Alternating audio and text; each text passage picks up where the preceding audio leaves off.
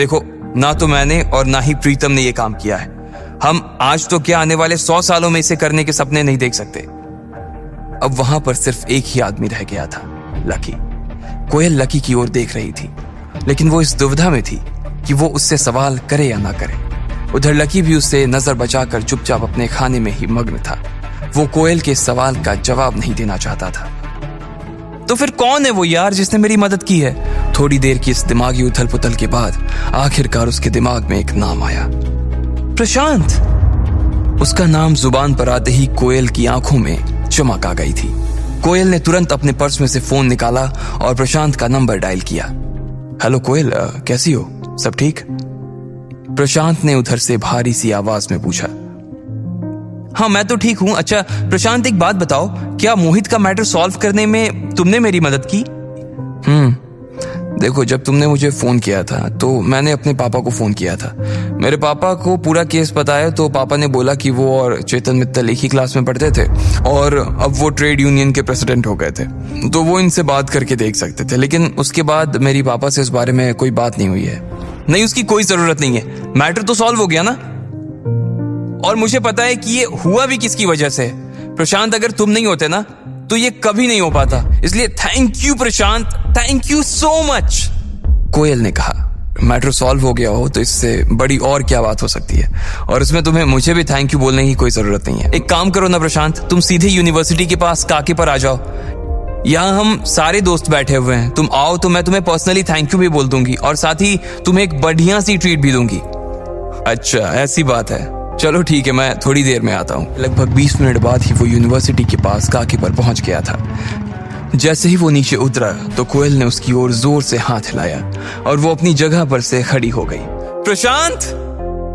कोयल जितनी खुशी के साथ हो सकती थी उतनी खुशी के साथ बोली, सबसे पहले तो तुम्हारा बहुत बहुत बहुत बहुत बहुत शुक्रिया कि तुम इतने मुश्किल टाइम में ना सिर्फ मेरे साथ खड़े रहे बल्कि मुझे सेफली बाहर भी निकाला। मैं सच बता रही हूँ कि ना तो मैं और ना ही मेरे पापा कभी इस चीज को अपनी लाइफ में भूलेंगे। And trust me, we are there for you. जब भी तुम्हें जरूरत लगे तुम्हारी फ्रेंड तुमसे सिर्फ एक फोन कॉल की दूरी पर है। कोयल, बस करो, और कितनी थैंक यू बोलोगी? मेरे लिए ये सब करना कोई बड़ी बात नहीं थी, और फिर जब तुम्हारी बात थी तो मैं अपनी जान पर भी खेलने के लिए रेडी था। कोयल को उसकी इस बात पर शर्म आ गई। वो थोड़ा सा हंसी और फिर शर्मा कर नीचे की ओर देखने लगी। इसके बाद वो और एक बार प्रशांत से गले मिली और उसे अपने साथ टेबल पर ले गई। जैसे ही सबने प्रशांत को टेबल की ओर आते हुए देखा तो ना चाहते हुए भी सब अपनी अपनी जगह पर से खड़े हो गए। प्रशांत का औरा ही ऐसा था कि वो लोग अपने आप को रोक नहीं पाए। सब लोगों ने अपने कांटे और चम्मच छोड़ दी सिवाय लकी के। उसने प्रशांत की ओर बस एक बार देखा, थोड़ा सा मुस्कुराया और फिर अपनी प्लेट की ओर देखने लगा। अमित और गर्वित उसे खड़े होने का इशारा भी कर रहे थे, लेकिन वो खड़ा नहीं हुआ। कोयल को पहले ही लकी के ऊपर बहुत गुस्सा आ रहा था और जब उसने ऐसी हरकत की तब तो वो उसके ऊपर फटने के लिए तैयार हो गई थी, लेकिन फिर उसने एक गहरी सी सांस ली और अपने आप को शांत कर लिया। अरे आप सब मुझे देखकर खड़े क्यों हो गए? मैं यूनिवर्सिटी का कोई प्रेसिडेंट थोड़ी हूँ। आप लोग बैठ सकते हैं, प्लीज आओ, तुम मेरे साथ बैठो। कोयल उसे अपने साथ अपने स्टूल पर ले गई।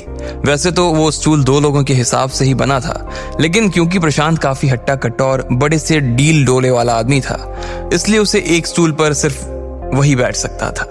अब उसके बैठ जाने के बाद कोयल के लिए जगह नहीं बची थी। अरे बाकी लोग थोड़ा थोड़ा सरको, रोशनी ने कहा और सब लोग थोड़ी थोड़ी जगह भी बनाने लगे। इसी बीच लकी चुपचाप अपना खाना खा रहा था। जैसे ही कोयल ने उसे देखा तुरंत उसके दिमाग में एक ख्याल आया। वो लकी का शिकार करने के लिए तैयार हो गई थी और इसलिए उसने लकी की ओर देखते हुए कहा, लकी, मेरे हिसाब से तुम फ्री हो गए होगे ना? वैसे भी तुम इनवाइटेड तो थे नहीं और उसके बाद भी तुम काफी कुछ खा चुके हो। फिर भी तुम्हें अगर भूख लग रही हो तो तुम्हारे लिए कुछ मैं पैक करवा देती हूँ। तुम अपने रूम पर जाओ और वहां पर जाकर आराम से खा लो। कोयल की ऐसी बात सुनकर लकी का चेहरा उतर गया। उसे लग रहा था कि उसके दिल में किसी ने छुरा घोंप दिया था। कोयल ने वो दिन नहीं देखे थे जिन्हें लकी अभी जी करा रहा था, इसलिए कुछ पलों के गुस्सों के बाद उसके चेहरे पर मुस्कान आ गई थी। उसने अपना सिर हाँ में हिलाया और अपना कांटा प्लेट में रखकर टिश्यू से अपना हाथ पोंछकर वहां से उठकर बाहर जाने लगा। लकी रात के अंधेरे भरे आसमान को देखता हुआ आगे बढ़ता जा रहा था। आसमान में ढेर सारे तारे थे, लेकिन उन तारों को देखकर लकी और उदास हो गया था।